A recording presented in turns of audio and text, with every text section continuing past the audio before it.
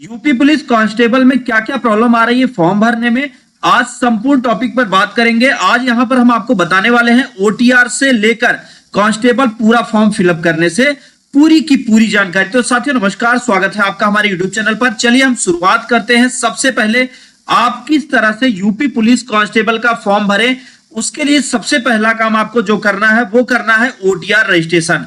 OTR registration आप कैसे करेंगे वो हम इस वीडियो में जानते हैं। तो सबसे पहले हम क्या करेंगे, मैं यहां पे स्टार्ट से आपको दिखाता हूं। यूपी पुलिस की साइट पर चलेंगे। यूपी पुलिस की जो वेबसाइट है वो है UPPRPB.in। आप इस वेबसाइट पे जैसे ही चलते हैं तो आपके सामने इस तरीके से विंडो खुल जाएगा। यहां पर आपको ओके करना है। देन आपको सबसे पहले, अगर आपने अभी तक ओटीआर नहीं कर रखा है तो यहां पर आपको ओटीआर करना है। आपको create your one time registration पर आपको क्लिक करना है। अब सबसे पहले ओटीआर करने के लिए आपको किन किन स्टेप को फॉलो करना है वो आपको ध्यान से समझना है। यहां पर पहला काम आप जो करेंगे वो करेंगे ईमेल और मोबाइल पर एक ओटीपी जनरेट। ओटीपी डाल के आप जैसे ही वेरीफाई करेंगे उसके बाद आपकी पर्सनल इंफॉर्मेशन दी जाएगी। तो चलिए हम सबसे पहले आपका ईमेल आईडी यहां पर इंटर करेंगे और ईमेल आईडी इंटर करने के बाद यहां पर हम मोबाइल नंबर इंटर करेंगे। तो ईमेल आईडी इंटर करते हैं और ईमेल आईडी इंटर करने के बाद फिर हमें यहां पे क्या क्या स्टेप फॉलो करने होंगे संपूर्ण जानकारी आपको हम देंगे। तो आप वीडियो के साथ अंत तक बने रहें जिससे आपको पूरी जानकारी मिल पाएगी। तो यहां पे हमने ईमेल टाइप कर लिया। अब ईमेल टाइप करने के बाद कुछ लोग परेशान होते हैं कि हम डायरेक्ट जो है क्या करेंगे, ईमेल के साथ साथ वो मोबाइल नंबर भी फिल कर देते हैं। तो यहां पर आपको ईमेल के साथ मोबाइल नंबर नहीं फिल करना है। यहां पर आपको क्या करना है, जैसे ही आप ईमेल फिल करें, ईमेल फिल करने के बाद यहां पर आपको सबसे पहले जनरेट ओटीपी ऑप्शन पर क्लिक करना है। अब ये ओटीपी कहां जाता है वो भी मैं आपको बता दूं। जैसे ही आप जनरेट ओटीपी पर क्लिक करते हैं तो ये ओटीपी आपके ईमेल पर पहुंच जाता है और ईमेल आईडी पर आपको ओटीपी मिल जाएगा। तो आपको थोड़ा सा वेट करने की जरूरत है कि ओटीपी आपके ईमेल पर पहुंच जाएगी। अब यहां पर हम ईमेल का ओटीपी फिल करेंगे और ओटीपी फिल करने के बाद फिर आ जाइए आप मोबाइल नंबर पर। तो यहां अपना मोबाइल नंबर ऐड करेंगे। आप जो मोबाइल नंबर, ध्यान दीजिएगा, वो मोबाइल नंबर यहां पर आपको डालना है जो आप हमेशा यूज कर रहे हो, क्योंकि इस पर आपको एक ओटीपी जाएगा और ये हमेशा के लिए आपका रजिस्टर्ड भी हो जाएगा। तो ये जरूर आपको ध्यान देना है। तो यहां पे हम मोबाइल नंबर डाल के जनरेट ओटीपी करते हैं और देखिए अभी यहां पे जैसे ही आप कर रहे हैं तो एक मैसेज आ रहा है कि यह मोबाइल नंबर पहले से मौजूद है, कृपया नया मोबाइल नंबर ऐड करें। तो इसका मतलब यह है कि पहले से ही आपका यह नंबर रजिस्टर्ड है। अगर ऐसा है तो आपको क्या करना है, आप लॉगिन कर लें मोबाइल नंबर से, तो आपको परेशानी नहीं होगी। दूसरा एक चीज मैं आपको और बता दूं, अगर आप यहां पे वेरीफाई कर रहे हैं तो आप यहां पे मोबाइल नंबर ईमेल डाल के फिर आप अपना डॉक्यूमेंट वेरिफिकेशन पासवर्ड बना लेंगे और उसके बाद क्रिएट कर लेंगे। इतना करने के बाद अब आते हैं हम यहां पर लॉगिन करते हैं और लॉगिन के लिए आपके पास दो ऑप्शन है। लॉगिन किससे, डिजी लॉकर से, दूसरा आधार से लॉगिन, तीसरा खाते से लॉगिन। तो हम यहां पे आधार लॉगिन करेंगे। अब आधार से जो मोबाइल नंबर आपका रजिस्टर्ड है वो मोबाइल नंबर यहां पर हम फिल करेंगे।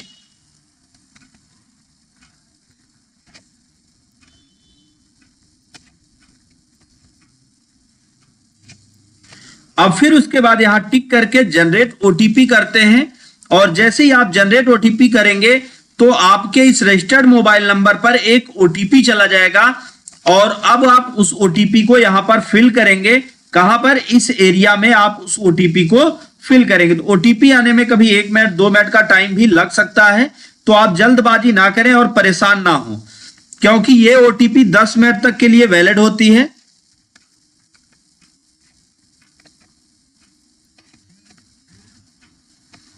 और फिर उसके बाद लॉगिन बटन पर आप क्लिक करेंगे। जैसे ही आप लॉगिन बटन पर क्लिक करेंगे तो आपके सामने इस तरीके से इसका विंडो खुल जाएगा। अब आप देखना चाहते हैं कि आपने पहले से कौन सा फॉर्म भर रखा है, तो आप देख सकते हैं यहाँ पे आपने एक फॉर्म पहले से भर रखा है, direct recruitment SI civil police का। तो यहां से पहले से आपने फॉर्म भर रखा है, तो यहां से आप जानकारी भी ले पाएंगे। अब हम बात करें कि आप कैसे कांस्टेबल का फॉर्म भरें, तो उसके लिए आपको अप्लाई ऑनलाइन पर क्लिक करना है, ऑनलाइन एप्लीकेशन पर। और यहां पर आप सबसे पहला जो है देख सकते हैं सिविल पुलिस का जो लिखा हुआ है, आप इस पर जाएं और यहां पर आप टिक करें और टिक करके अप्लाई ऑप्शन पर आप क्लिक करें। अब यहां पर आपको पूरा फॉर्म फिल करना है, कैसे और क्या करना है। यहां पे आप देख सकते हैं संपूर्ण डिटेल आपकी दी गई है। सबसे पहले तो मैं आपको बता दूं, ये डिटेल्स मैंने ब्लर कर रखी हैं इसलिए ताकि किसी की भी इंफॉर्मेशन सोशल मीडिया पे नहीं दिखाई जा सकती है। तो अब यहां पे मदर नेम इनपुट करेंगे, जो मम्मी का नाम है वो हम यहां पे लिखेंगे। तो आप देख सकते हैं अपने हाई स्कूल के मार्कशीट में जिस तरीके से नाम लिखा हो वैसा ही लिखें। उसके बाद वैवाहिक स्थिति, शादी हुई है या नहीं हुई है, अगर हुई है तो मैरिड, नहीं हुई है तो अनमैरिड। फिर उसके बाद क्या आप उत्तर प्रदेश के मूल निवासी हैं, अगर आप मूल निवासी हैं तो आप यस करेंगे। अब जैसे ही आप इसको यस करते हैं तुरंत यहां पर आपसे ऑप्शंस पूछेगा कि अब आपको प्रमाणित करना होगा कि आप यूपी के मूल निवासी हैं। तो यहां पर आप निवास प्रमाण पत्र लगाएंगे। सबसे पहले तो आप अपने जिले का नाम लिखेंगे, जिस जिले के आप निवासी हैं। फिर उसके बाद आपका जो निवास प्रमाण पत्र है उसको किसके द्वारा बनाया गया है, तो यहां पर निवास प्रमाण पत्र एसडीएम के द्वारा बनाया गया है, उप जिलाधिकारी। फिर उसके बाद यहां पर आप जब जारी हुआ वो डेट आप यहां पर लिखेंगे, कब ये जारी हुआ। तो मैं जारी डेट यहां पर लिख दे रहा हूं। तो जैसे ये हुआ था दिसंबर महीने में, तो इसको हम दिसंबर कर सकते हैं। यहां पे बटन से आप मंथ भी मूव कर पाएंगे और यहां से हम डेट ले लेते हैं। तो देखिए हमने यहां तक इनपुट कर दिया। अब बात करते हैं यहां पे आवेदन संख्या की। आवेदन संख्या यहां पे हम फिल करेंगे, कैसे वो हम आपको बता दें। सबसे पहले आप अपना आवेदन संख्या देख लें और वहां पर आवेदन क्रमांक जो लिखा हुआ है उसको यहां पर आप फिल करें। तो आवेदन क्रमांक जिस तरीके से लिखा हुआ है ठीक वैसा ही आप यहां पर आवेदन क्रमांक को फिल करेंगे।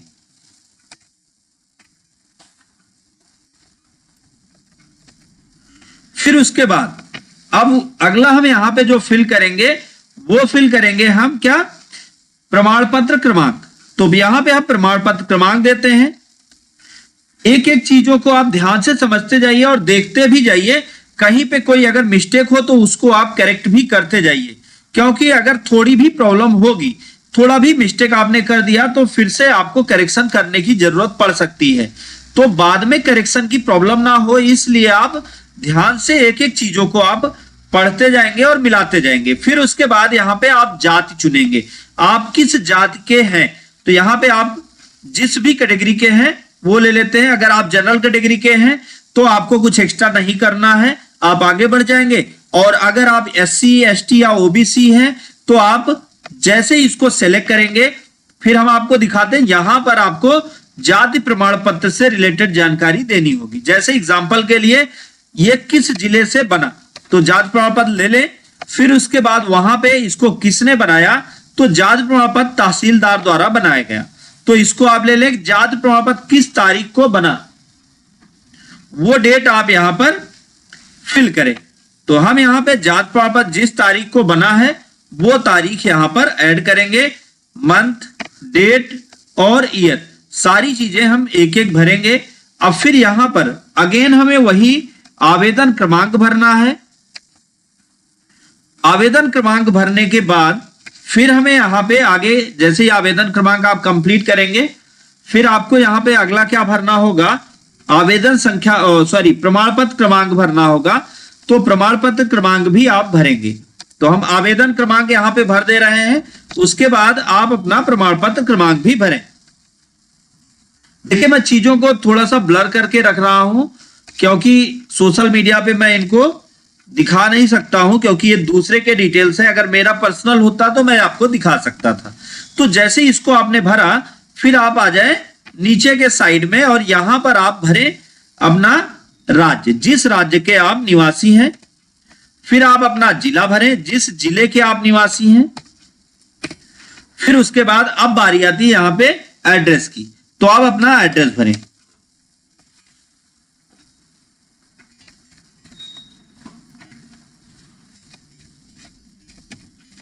तो यहां पे हम एड्रेस देते हैं।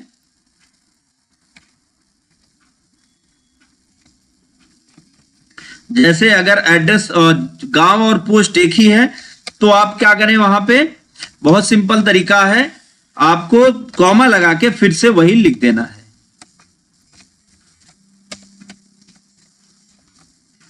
फिर उसके बाद पूरा एड्रेस प्रॉपर रूप से भरेंगे।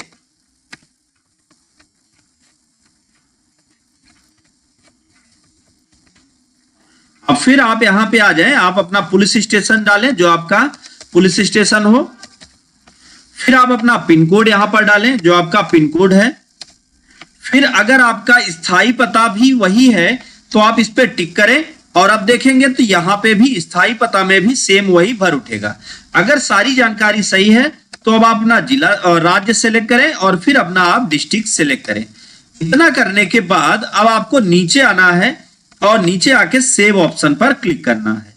सेव करके आपको नेक्स्ट ऑप्शन को सिलेक्ट करना है।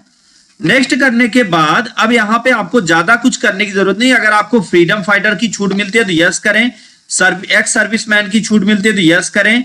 और उसके बाद अब अगर कहता है क्या आप उत्तर प्रदेश के राजकीय कर्मचारी हैं तो यस करें, नहीं तो नो करें। आप होमगार्ड में सेवा कर रहे हैं तो यस करें, नहीं तो नो करें। सेव करके अब आप नेक्स्ट बटन पर क्लिक करें। बहुत सिंपल तरीके से मैं आपको A to Z संपूर्ण जानकारी दूंगा। हाई स्कूल का पूरा डिटेल यहां पे भरा जा चुका है। अब हम बात करेंगे इंटर का डिटेल भरने से। तो इंटर आप जिस बोर्ड से किए थे वो बोर्ड यहां पर फिल करेंगे। तो हम सबसे पहले जैसे आप यूपी बोर्ड किए थे तो आप board of high school and intermediate Uttar Pradesh को सिलेक्ट करेंगे। फिर आप पासिंग ईयर फिल करेंगे। पासिंग ईयर आपका आपके मार्कशीट के निचले हिस्से पर देखेंगे तो लिखा होगा, उसके लिए भी आपको कंफ्यूज होने की जरूरत नहीं है। फिर आप किस महीने में पास किए थे वो महीना यहां पे फिल करें, और फिर जिस डेट में आपने पास किया वो डेट फिल करें। फिर आप अपना रूल नंबर फिल करें जो आपका रूल नंबर था।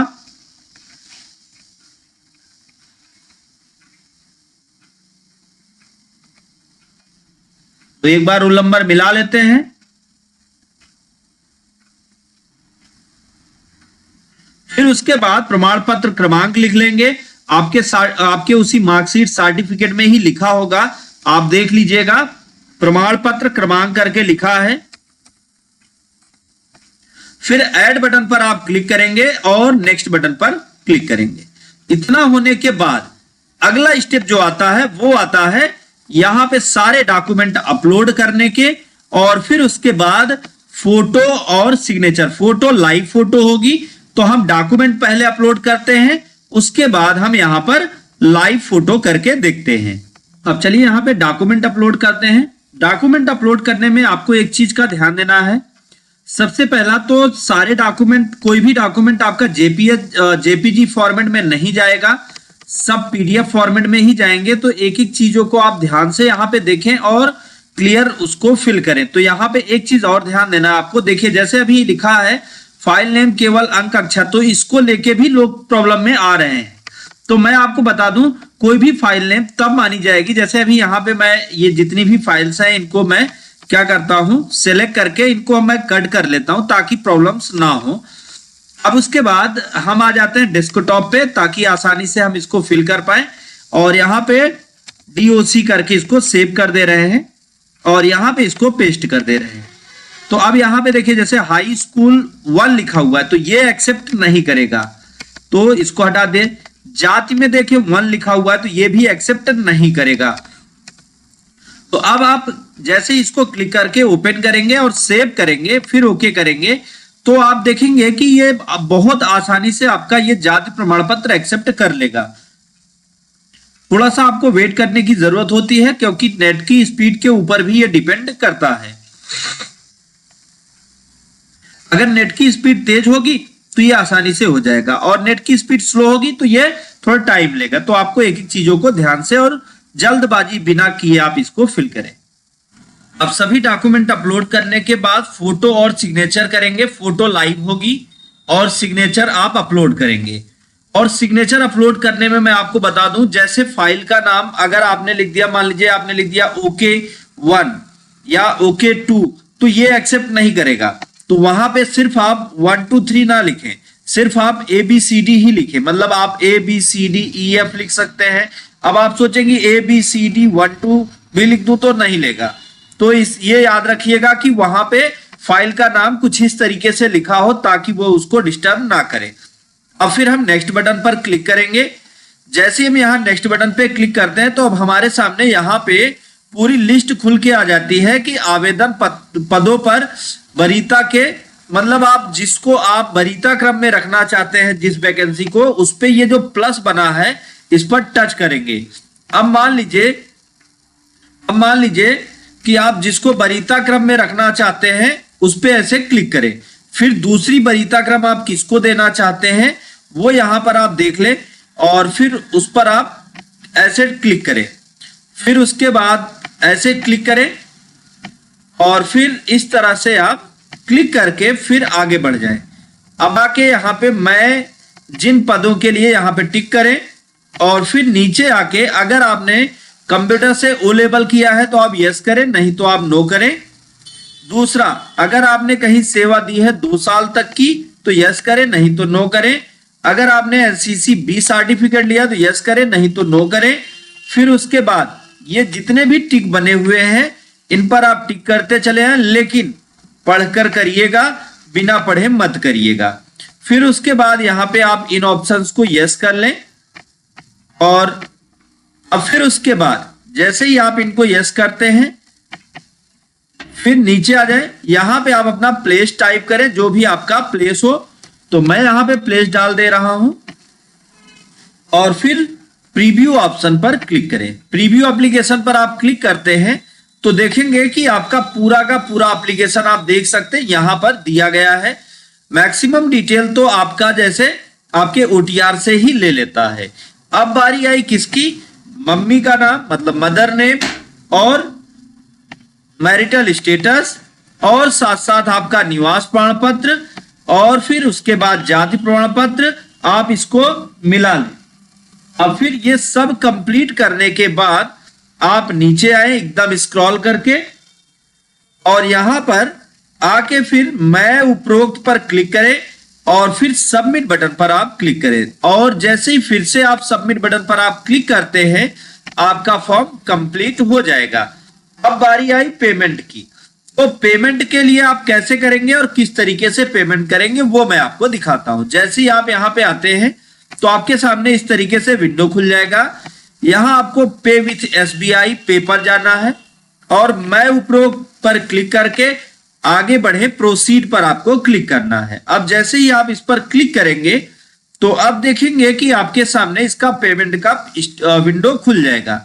यहां पर आपको पेमेंट कैसे करना है वो आपको डिसाइड करना होगा। जैसे आज के समय पे पेमेंट मैक्सिमम लोग UPI करते हैं। UPI थोड़ा इजी हो जाता है और तुरंत पेमेंट भी कट जाता है। तो इसलिए हम यहाँ पे क्या करते हैं, नीचे ये दिया गया ऑप्शन UPI को सिलेक्ट करते हैं। UPI सेलेक्ट करने के बाद फिर यहाँ पे आप UPI सेलेक्ट जैसे ही करेंगे फिर यहाँ पे QR ले लें और QR लेके जैसे ही आप पे बटन पर क्लिक करेंगे तो देखेंगे QR जनरेट हो जाएगा और आपको इस QR पर पेमेंट करना होगा। जैसे ही आप यहाँ पर पेमेंट करते हैं, जैसे आप इस QR को स्कैन करेंगे आपके मोबाइल में ऑटोमेटिक दिखाने लगेगा पेमेंट का। तो यहाँ पर आप अपना पेमेंट करें और जैसे ही आप अपना पेमेंट कंप्लीट करते हैं तो देखेंगे आपका फॉर्म कंप्लीट हो जाएगा। अब मैं यहाँ पे आपको ये भी दिखाऊंगा। अच्छा, कुछ लोगों में ये प्रॉब्लम आ रही कि पेमेंट कट गया है। तो पेमेंट अगर कट गया है तो उनको परेशान होने की जरूरत नहीं है और वो 24 घंटे वेट कर ले, उसके बाद अपडेट हो जाएगा। अगर अपडेट नहीं होता है तो आप वहीं पर जहां आप एप्लीकेशन स्टेटस देखते हैं, ये देखिए पेमेंट हो गया है। अब उसके बाद आप बैक कर लें और मैं आपको दिखाता हूं। यहां पर आप देखें कि ये जो एप्लीकेशन है यहाँ पे आके ये जो पे नाउ है सक्सेस दिखा रहा है, यहाँ पे आपको वेरीफाई दिखाएगा। जैसे ही आप वेरीफाई करेंगे आपका पेमेंट यहाँ पे सक्सेस हो जाएगा।